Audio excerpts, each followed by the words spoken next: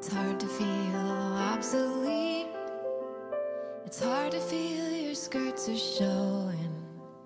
You pull and tug to hide the works, to keep the whole thing going. I think one of my favorite songs on the record is Obsolete. It came from a very true place in my heart of just feeling like, well, I read a quote on the internet and it said, the internet makes everything not enough. So you always feel like you have to be more, and I don't know, you have to sort of market yourself in this strange way.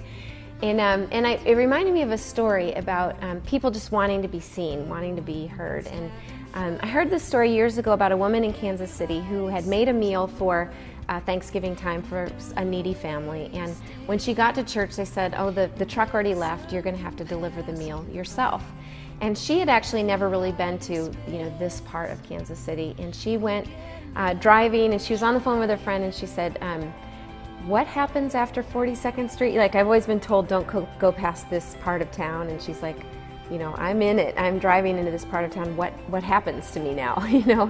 And so she got her meal out of the car, and she was walking down the street, and she came around a corner and ran into a homeless man. And the food went flying everywhere. And she said, I'm so sorry. I just spilled all this food, and I just wasn't even looking where I was going. And the man just looked at her and he said, can you see me? And she said, of course, I ran right into you. I was picking things up. And he said, are you talking to me? And she stopped and she said, yes, I'm talking to you. I just ran right into you. And he said, I thought I was invisible. And she was so changed that this man would literally believe that he was invisible because people had been walking by him and never acknowledging him.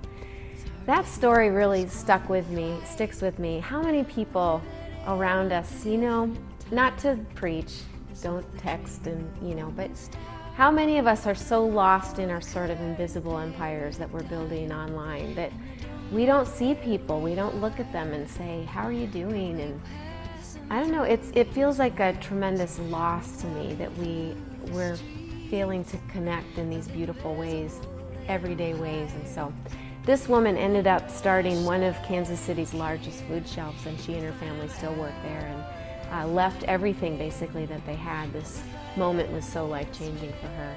And her testimony really resonates with me and this man who actually believed he was obsolete. Are you